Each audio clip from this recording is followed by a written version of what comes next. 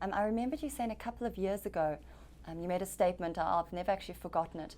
You said that people tend to criticize others who aren't called with the same call. And one sees this so often in the body of Christ. The pastor, for example, will criticize the evangelist and the evangelist the pastor. How do you feel that we actually overcome this so we can work together to win the lost for Jesus? I think one of the ways is by recognizing the situation. You know, in Ephesians 5 it says that unto each of us is given grace according to the measure of the gift of Christ. And then it goes on to describe the fivefold ministry gifts.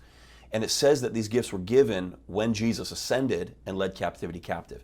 The picture I get when I read that is almost as though here Jesus fulfills his earthly mission. He dies on the cross, he rises and he ascends, and he wants his ministry to go on. He wants to delegate that now.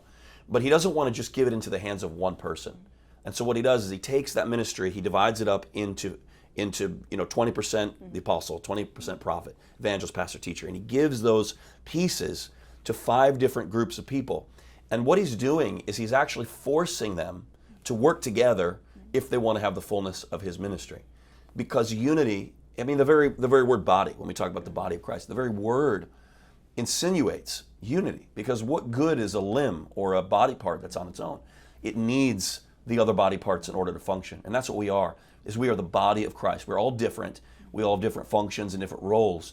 And the tragedy is that when we dismiss somebody else's gift, or even worse, reject them or persecute them because they're different from us, we're actually hurting ourselves. Because the foot needs the arm, and the mouth needs the ears, the eyes need the hands. The whole body needs the other members in order to function properly. So we need to understand first that there are differences.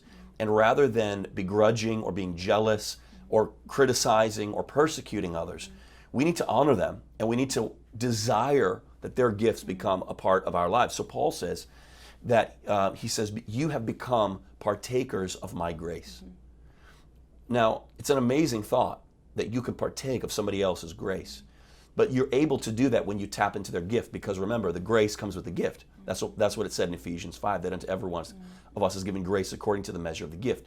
So the gift and the grace go together. How do I get your grace? By partnering with your gift.